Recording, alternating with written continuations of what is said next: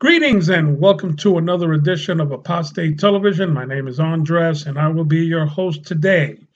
Today we will discuss apostate literature, how dangerous they are. They're so dangerous that the Watchtower, or I should say the Jehovah's Witnesses, are frightened of apostate literature. You try to handle a book or maybe a little track that says Jesus can save you or whatever is apostate literature. It's dangerous and it presents half truths. Now, you have to wonder, why are Jehovah's Witnesses so frightened of apostate literature? Because when you try to present, a track or anything, they'll be like, "Oh, I'm not allowed to read that." Uh, you know, it's funny, man, the way these people react to a track or some kind of literature. Very, very, not only funny, but very scary. That's kind of scary, folks. How do they get this fear of apostate literature? Well, it comes from the one of the articles in 1994, a Watchtower article in 1994. It's from the magazine. Let me recite that article. Let me bring it up here. And here is the article. Again, it's 1994, Watchtower, July the 1st, 1994. And this is found on page 12. Let's read this. Apostate published literature that resorts to distortion, half-truths, and outright falsehood. They even picket at witness conventions, trying to trap the unwary. Hence, it would be a dangerous thing to allow our curiosity to move us to feed on such writings or to listen to their abusive speech. While we might not think it as a risk for us personally, the hazard remains. Why? For one thing, some of the apostate literature presents falsehoods by means of smooth talk and counterfeit words.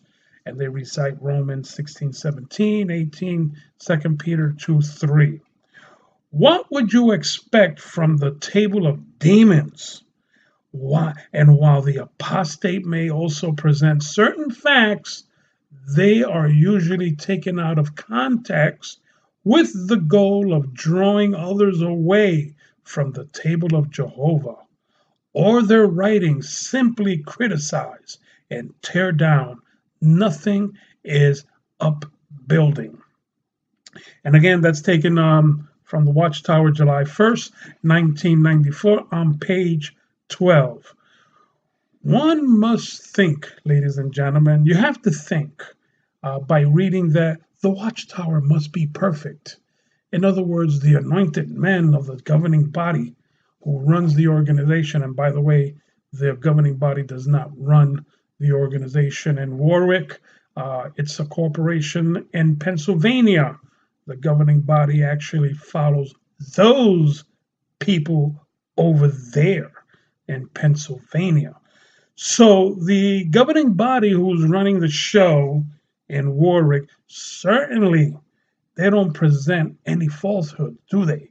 Nor do they take anyone out of context in their literature, in their own literature, right? They don't take scholars out of context. After all, they are the anointed. And the Watchtower is the channel of God's communication. Jehovah has provided this visible organization as his faithful and discreet slave that's made up of anointed ones, the anointed class, unless you, Jehovah's Witnesses, are not in touch with this channel of communication that God is using. You will not progress you will not progress along the road to life. No matter how much Bible reading you do, you must be in touch with this organization. That's a direct quote, believe it or not, in 1991. Excuse me, I think I got something in my throat. Watchtower in 1981. That is a direct quote on page 27. And that's the December 1st edition. You know, Jehovah's Witnesses are conditioned. You know what? Let me rephrase that. They're brainwashed. That's the word, brainwashed. They're brainwashed not to take apostate literature. Don't read it. It's full of demons, table of demons, according to the article that I just cited. And according to the Watchtower, the apostate literature presents half truths, distortion, and apostate literature misquotes people. Well, Jehovah's Witnesses, I would like to know, give me an example of an apostate literature that presents half truths or taken out of context. Give me one example. What's that? You can't give me one? Why? Why can't you give me one? Oh, you cannot read apostate literature. So if you cannot read apostate literature, you're not allowed to read apostate literature. Then how do you know that they present half-truths? How do you know that apostate literature takes people or scholars out of context?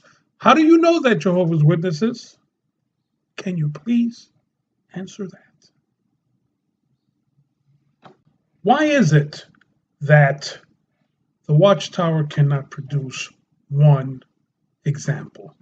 They're quickly to open their mouths and write on their publication, apostate materials, apostate literature. They present false truths. That's the demons. They don't quote everybody on context correctly. Now, listen closely. If you believe apostate literature is demonized, it's the table of demons, and you're not allowed to read that, your governing body members who are writing this crap in the Watchtower, all of these, literature, and accusing the apostates for writing half-truth, are they reading it? Remember, they're not inspired. They're not inspired. Are they reading it? So if they can read these apostate literature and they come out and print that crap saying that they present half-truths, you should be able to do your own research and read apostate literature. Again, they're not inspired. They're not protected. They're not inspired by the Holy Spirit. So, hey, since they're not inspired by the Holy Spirit, and you're not either, read it. Go find an apostate literature and see if they present half-truths. Why not?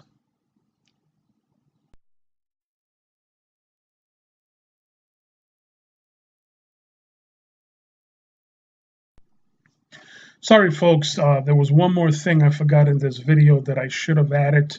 As you can see, I just put on my pajamas. I was about to upload the video to YouTube until I came up with another thing in my head. There was something else in here that I forgot to tell you, Jehovah's Witnesses. Since the governing body is not inspired and they're reading apostate literature, otherwise how would they know that they present half-truths, right? And since they're not inspired, you are not inspired either, so you should read apostate literature. Here's a suggestion. You should start with the first book you Jehovah's Witnesses should read is a book called Crisis of Conscience, which was written by Raymond France. And for those of you Jehovah's Witnesses who do not know who Raymond France is, Raymond France was a former governing body member. You should read that book. That book will tell you how the governing body operates and how do they make decisions. Do they use the Bible? Is that their main source to make decisions? So, folks, you need to read that book. Start with that book. Don't be afraid. The governing body member, I'm sure they read that book. I'm sure they read it. And you know what's funny? If that's an apostate literature by a former governing body member, you should see, at least in the Watchtower, a refutation, a rebuttal regarding that book. It's funny that you don't read that in the Watchtower. Not a single rebuttal regarding crisis of conscience. Surely you should see that in the Watchtower magazine, trying to rebut or debunk, I should say, debunk that book, The Crisis of Conscience. But they didn't. So you know what? Since it's not mentioned in the Watchtower magazine, read it. It's available in Amazon. Go right ahead. Buy it. Don't be afraid. Or you can buy it electronically as well.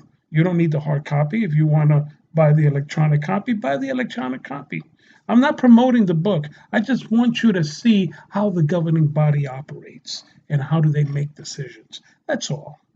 So get that book, Jehovah's Witnesses. It's an apostate book. I'm sure the governing body read it.